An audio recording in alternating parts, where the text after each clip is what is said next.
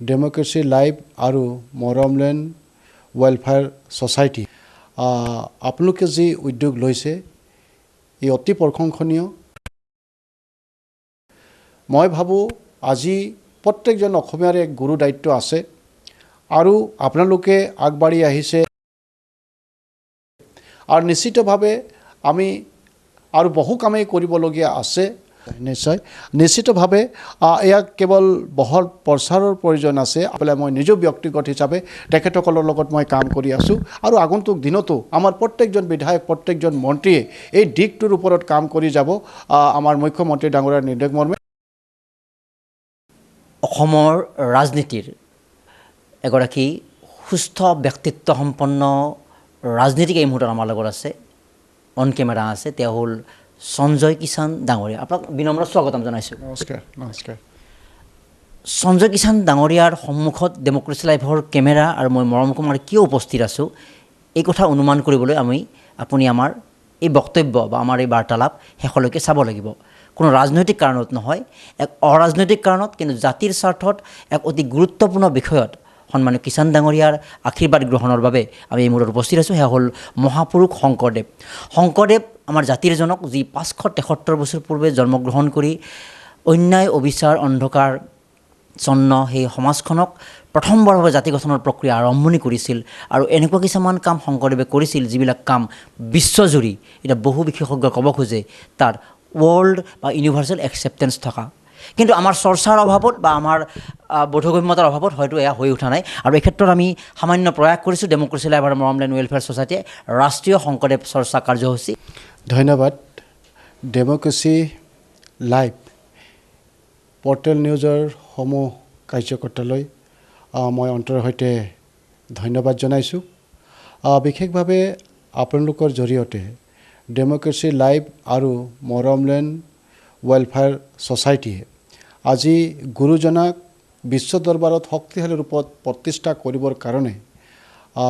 আপোনালোকে যি উদ্যোগ লৈছে ই অতি প্ৰশংসনীয় আৰু নিশ্চিতভাৱে আজি তাহানিতেই গুৰুজনাই অসমীয়া জাতিটোক শক্তিশালী ৰূপত বিশ্ব দৰবাৰত প্ৰতিষ্ঠা কৰিবৰ কাৰণে যিখিনি অৰিহণা দি থৈ গৈছে, যাৰ বাবে আজি তাৰিখত অসমীয়া জাতিটো শক্তিশালী ৰূপত শৃংখলাবদ্ধভাৱে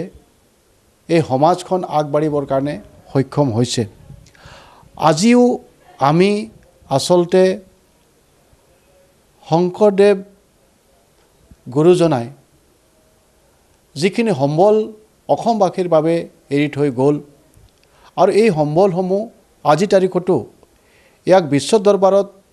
আমি বহলভাৱে প্ৰচাৰ তথা প্ৰতিষ্ঠা কৰাৰ ক্ষেত্ৰত মই ভাবোঁ আজি প্ৰত্যেকজন অসমীয়াৰ এক গুৰু দায়িত্ব আছে আৰু আপোনালোকে আগবাঢ়ি আহিছে গুৰুজনাক আজি বিশ্ব দৰবাৰত প্ৰতিষ্ঠা কৰিবৰ কাৰণে। আৰু তেওঁ যিবিলাক ৰচনাৰাজি আছে, তেওঁ যিবিলাক গীত আছে, তেওঁ যিবিলাক ধৰ্মীয় ৰীতি নিয়মৰ জৰিয়তে আজি সমাজখনক শুদ্ধভাৱে আগুৱাই লৈ যাবৰ বাবে আজি আমি যদি চাওঁ তেতিয়াহ'লে তেওঁ প্ৰতিষ্ঠা কৰি থৈ যোৱা নামঘৰেই হওক বা অন্যান্য পবিত্ৰ নামঘৰসমূহেই হওক, আজি নীৰৱভাৱে আজি বিভিন্ন জাতি জনগোষ্ঠীসমূহক একত্ৰিত কৰি এই নামঘৰসমূহে বিশেষ গুৰু দায়িত্ব পালন কৰাৰ কাৰণেই আজি সমাজখন আচলতে আমি শৃংখলাবদ্ধভাৱে আগবাঢ়িবৰ কাৰণে সক্ষম হৈছোঁ। শৃংখলাবদ্ধভাৱে এখন সমাজ আমি পাবৰ কাৰণে সক্ষম হৈছোঁ আৰু তাত কিন্তু এই নামঘৰবিলাকৰ যথেষ্ট অৰিহণা আছে আৰু নিশ্চিতভাৱে আমি আৰু বহু কামেই কৰিবলগীয়া আছে। তেওঁ আচলতে যিদৰে এই কথাখিনি চিন্তা কৰিছিলে গুৰুজনাই, যিভাৱে অসমীয়া জাতিটোক এক শ্ৰেষ্ঠ জাতি হিচাপে প্ৰতিষ্ঠা কৰিবৰ কাৰণে যিখিনি কষ্ট কৰি পেলাই তাহানিতেই ৰচনা কৰিছে যিবিলাক গীত মাত, আজি আমি যদি বৰগীতৰ কথাকে কওঁ সঁচাকৈ ইয়াৰ তুলনা নাই আজি অন্যান্য গীতৰ লগত। আজি যদি আমি ৰাতিপুৱা ভাগতে এই বৰগীত এটা শুনো তেতিয়াহ'লে ৰাতিপুৱাৰ যিটো পৰিৱেশ আমাক আনি দিয়ে, এনে গীতৰ লগত আচলতে এনেধৰণৰ কথাবিলাক আমি নাপাওঁ। তো গতিকে এইবিলাক চৰ্চা কৰাটো খুবেই প্ৰয়োজন আছে আৰু আজি নতুন চামে ইয়াক চৰ্চা কৰিব লাগিব, অধ্যয়ন কৰিব লাগিব। কিন্তু অতি দুখৰ কথা যে আজি হয়তো আমি ৱেষ্টাৰ্ণ কালচাৰ ফালে গতি কৰিছোঁ, কিন্তু আমি নিজৰ যিখিনি ইমান গৌৰৱোজ্জ্বল এটা শংকৰদেৱ আমাৰ গুৰুজনাই আমাক দি থৈ গৈছে, কিন্তু আজিও হয়তো আমি এয়া স্কুলতে হওক বা কলেজতে হওক বা ইউনিভাৰ্চিটিতে হওক যিভাৱে এইবিলাক আচলতে চৰ্চা হ'ব লাগিছিলে আজি হয়তো এইবিলাক হোৱা নাই। তো গতিকে নিশ্চয়ভাৱে আমাৰ সকলোৰে দায়িত্ব আছে। মই ভাবোঁ আজি সকলোকেইজনৰে দায়িত্ব আছে, বিভিন্ন অনুষ্ঠান প্ৰতিষ্ঠান আছে, সকলোৰে দায়িত্ব আছে। আৰু মই আপোনালোকলৈ শুভেচ্ছা জ্ঞাপন কৰিছোঁ যে আপোনালোকে গুৰুজনাক আজি সঠিকভাৱে তেওঁৰ ৰচনাৰাজি হওক বা তেওঁৰ যিখিনি লিখনি আছে বা তেওঁৰ যিখিনি নামঘোষা আছে, এইখিনিক আজি আমি এটাকৈ আচলতে বহল পৃথিৱীখনত আমি লৈ যাব লাগিব। আৰু নিশ্চিতভাৱে এইবিলাক যদি চৰ্চা হয় বহুত তথ্যগধুৰ কথাখিনি ইয়াত প্ৰকাশ পাব। মই আশা কৰিছোঁ যে আপোনালোকে সফলভাৱে ইয়াক আগুৱাই লৈ যাওক। আৰু এই ক্ষেত্ৰত মই যদি ব্যক্তিগত হিচাপে আমাৰ চৰকাৰ ফালৰ পৰা যদি কিবা কৰিবলগীয়া আছে নিশ্চিতভাৱে কৰিব লাগিব। দেখিছে বিভিন্ন সময়ত আমাৰ অসমীয়া জাতিটোৰ ওপৰত বিভিন্ন ভাবুকি আহিছে। তো গতিকে নিশ্চিতভাৱে আমি এনেধৰণৰ কথাবিলাকক লৈ পেলাই আমাৰ অসমীয়া জাতিটোক আমি নিৰাপত্তা দিব লাগিব। এই কথাখিনি আমি নতুন চামক বুজাব লাগিব যে প্ৰকৃতাৰ্থত আমি কিমান এটা ধনী জাতি, আমাৰ সকলো ক্ষেত্ৰতে এই কথাখিনি আমি বুজাব লাগিব। তো গতিকে মই আশা কৰিছোঁ যে আপোনালোকে নিশ্চিতভাৱে অসমীয়া জাতিটোকো শংকৰদেৱৰ এই চৰ্চাৰাজিখিনি আমি বহলভাৱে প্ৰচাৰ কৰাৰ লগতে অসমীয়া জাতিটোকো প্ৰকৃতাৰ্থত নিৰাপত্তা দিয়াৰ ক্ষেত্ৰত আপোনালোকে সফলতা অৰ্জন কৰিব বুলি মই আশা কৰিছোঁ। আমি ভাবোঁ যে শংকৰদেৱৰ যদি ব্যাপক ৰূপত চৰ্চা হয়, যে ধৰ্মীয় কেৱল সেই বিষয়টোৰ বাদ দি যদি ইউনিভাৰ্চেল কেৰেক্টাৰ চৰ্চা হয়, অসমীয়া জাতিৰ যিটো হীনমন্যতা থাকে যে আমি অসমীয়া পাৰিমনে, তো শংকৰদেৱক আগত ৰাখি বুকু ফিন্দে আমি বিশ্বৰ বিভিন্ন প্ৰান্তলৈ আমি যাব পাৰিম। নিশ্চয় নিশ্চিতভাৱে ইয়াক কেৱল বহল প্ৰচাৰৰ প্ৰয়োজন আছে। আজি আমি অন্যান্য ক্ষেত্ৰত যিবিলাক গুৰুত্ব দিছোঁ, যদি আমি শংকৰদেৱৰ ৰচিত যিখিনি আছে এইখিনি নাটকেই হওক বা তেওঁৰ গীত হওক বা অন্যান্য যিখিনি ধৰ্মীয় কথাখিনি তেওঁ ইমান সুন্দৰভাৱে কৰিছে, আৰু প্ৰত্যেকটো এটা বাক্যৰ যি গুৰুত্বতা আছে, এই কথাখিনি আচলতে আমি নিশ্চিতভাৱে আমি আগুৱাই লৈ যাব লাগিব। আৰু মই ভাবোঁ যে নিশ্চিতভাৱে এইবিলাক যেতিয়া বহলভাৱে প্ৰকাশ পাব আৰু তেতিয়াহ'লে নিশ্চয় আমাৰ নতুন চামো ইয়াক তেওঁলোকে অধ্যয়ন কৰিব আৰু তেওঁলোকে জানিব আচলতে যে আমি এই অসমীয়া জাতিটোৰ বাবে আজি তাহানিতেই এইবিলাক কথা চিন্তা কৰা হৈছিলে। আজি হয়তো ক'ৰবাত হৈছে, কালি ক'ৰবাত অন্য দেশত হৈছে, এই কথাবিলাক আমি জনাৰ পাছত বহুত আমি কিবা ভাবোঁ, কিন্তু এই কথাবিলাক যে অসমতেই কাহানিবাই চিন্তা কৰা হৈছে, এই কথাবিলাক আচলতে আমি নজনাৰ দুখত আমি হয়তো এইবিলাক চৰ্চা কৰিবৰ কাৰণে এৰি দিছোঁ। তো গতিকে নিশ্চিতভাৱে মই ভাবোঁ যে তেখেতৰ কেৱল ধৰ্মীয় কথাই নহয়, অন্যান্য কথাখিনিও আচলতে সমানভাৱে মই ভাবোঁ যে আজি আমি আগুৱাই লৈ যোৱাটো আমাৰ প্ৰত্যেকজনৰে দায়িত্ব আছে। এটা কথা আমি প্ৰশংসা কৰিব লাগিব, যদিও সংবাদ মাধ্যমে এখন চৰকাৰক মুকলি প্ৰশংসা কৰা নাযায়, কিন্তু আপোনাৰ জৰিয়তে অসমৰ যিগৰাকী মুখ্যমন্ত্ৰী হিমন্ত বিশ্ব শৰ্মাক আমি এই কথা প্ৰশংসা কৰিব লাগিব। তেওঁ প্ৰায় প্ৰত্যেকটো ভাষণতে কিবা এটা এংগুল মিলাই শংকৰদেৱৰ কথা কোৱাটো তেওঁ এটা পৰম্পৰা, আৰু এই কথাটোৱে যথেষ্ট মানুহক ইনস্পায়াৰ কৰি আছে। আৰু এই ক্ষেত্ৰত বাকী ৰাজনীতিক আৰু আপোনাৰ ভাষণতো বেছিভাগ সময়ত আমি শংকৰদেৱৰ উদ্ধৃতি শুনো। গতিকে মুখ্যমন্ত্ৰী ডাঙৰে এই যিটো ভাষণত শংকৰদেৱৰ কথাটো টানি আনি মানুহক এক কৰাৰ প্ৰয়াস কৰে, গতিকে মুখ্যমন্ত্ৰী ডাঙৰে এই যিটো মনোভাৱটোক আপুনি কি ক'ব? নিশ্চিতভাৱে চাওক, আজি বহু জেগাত অতি দুখজনকভাৱে শংকৰ মাধৱে গঢ়ি থৈ যোৱা নামঘৰ, শংকৰ মাধৱে গঢ়ি থৈ যোৱা নামঘৰৰ ভূমি আজি ভাবুকি আহিছে। আজি তাহানিতে কোনো যে সত্ৰৰ বেদখল হৈছে। তো গতিকে আজি আমাৰ এইখন চৰকাৰে আন্তৰিকতাৰে আজি এইবিলাক সম্বলেই আজি অসমীয়া জাতিটোক নিৰাপত্তা দিব, অসমীয়া জাতিটোক ভৱিষ্যতে চিনাকি দিব। গতিকে এইবিলাক আমি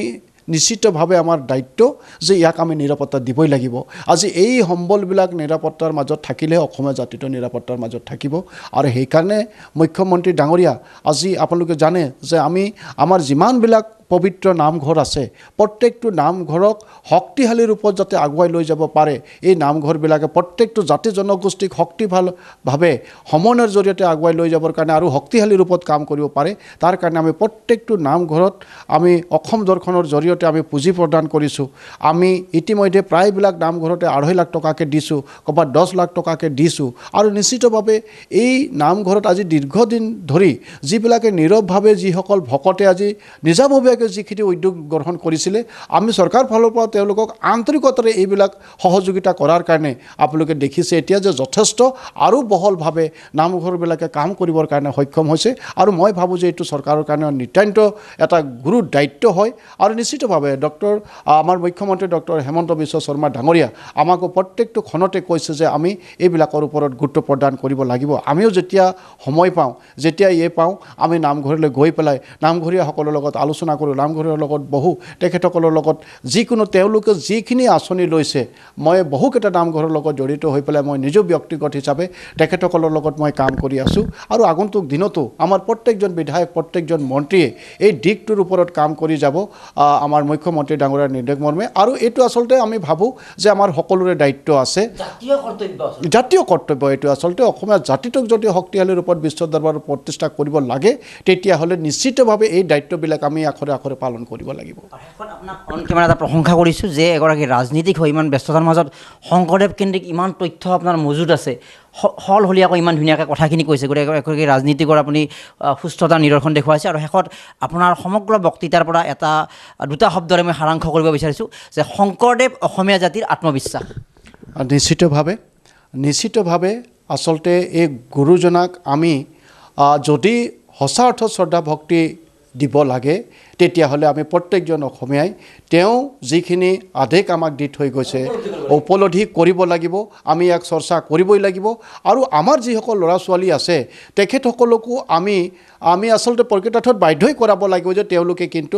ভৱিষ্যত দিনবিলাকত যদি অসমীয়া জাতিটোক শক্তিশালী কৰিব বিচাৰে তেতিয়াহ'লে শংকৰদেৱৰ বিষয়ে অধ্যয়ন কৰিবই লাগিব ৰাজনীতিক নহ'লেও এটা প্ৰশ্ন যদি উত্থাপন কৰোঁ যিহেতু আমৰা মিলিত হৈছোঁ যিহেতু আপুনি টাইপ মিনিষ্ট্ৰী লেভেলত আছে চাহ জনগোষ্ঠীৰ মাজত শংকৰদেৱৰ একচেপ্টেঞ্চ বা উপলব্ধিটো বা অৱগত আছেনে তেওঁলোক হয় নিশ্চিতভাৱে আপুনি যদি আজি চায় তেতিয়াহ'লে বহুত জেগাত গুৰুজনাৰ নাম এতিয়া ল'বৰ কাৰণে চাহ জনগোষ্ঠীৰ লোকসকলে আজি কাম কৰি আছে আপুনি যোৰহাটতে কওক মোৰ তিনিচুকীয়াতে কওক চাহ জনগোষ্ঠীৰ মাজত নামঘৰ প্ৰতিষ্ঠা হৈছে গতিকে সেয়া এটা পৰিৱৰ্তন আৰু মই ভাবোঁ যে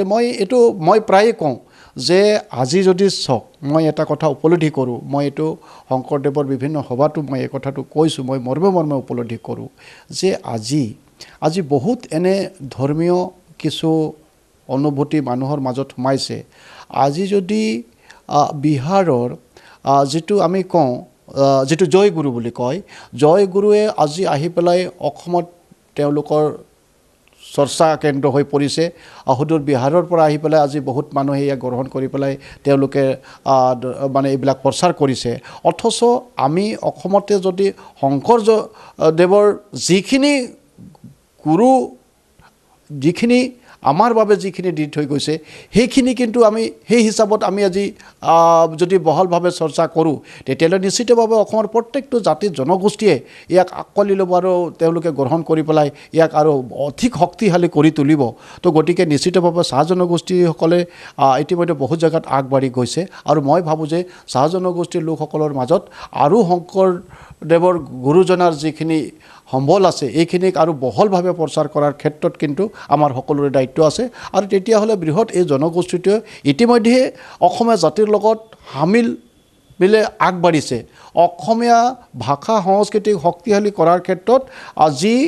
চাহ জনগোষ্ঠী আদিবাসী লোকসকলৰ বিশেষ অৱদান আছে আৰু থাকিব তো গতিকে গুৰুজনাৰো এইখিনি কিন্তু আমি চাহ জনগোষ্ঠীৰ বাবে 100% আমি আগুৱাই লৈ যাব লাগিব ধন্যবাদ জ্ঞাপন কৰিছোঁ আৰু আপুনি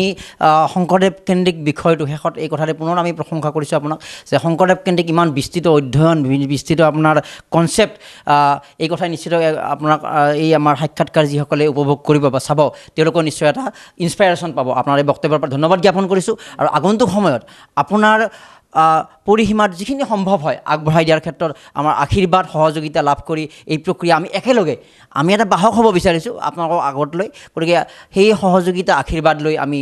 সকলোকে লগত ল'ব বিচাৰিছোঁ। সেইকাৰণে ছাৰৰ আজি আশীৰ্বাদ ল'ব আহিছোঁ বা এটা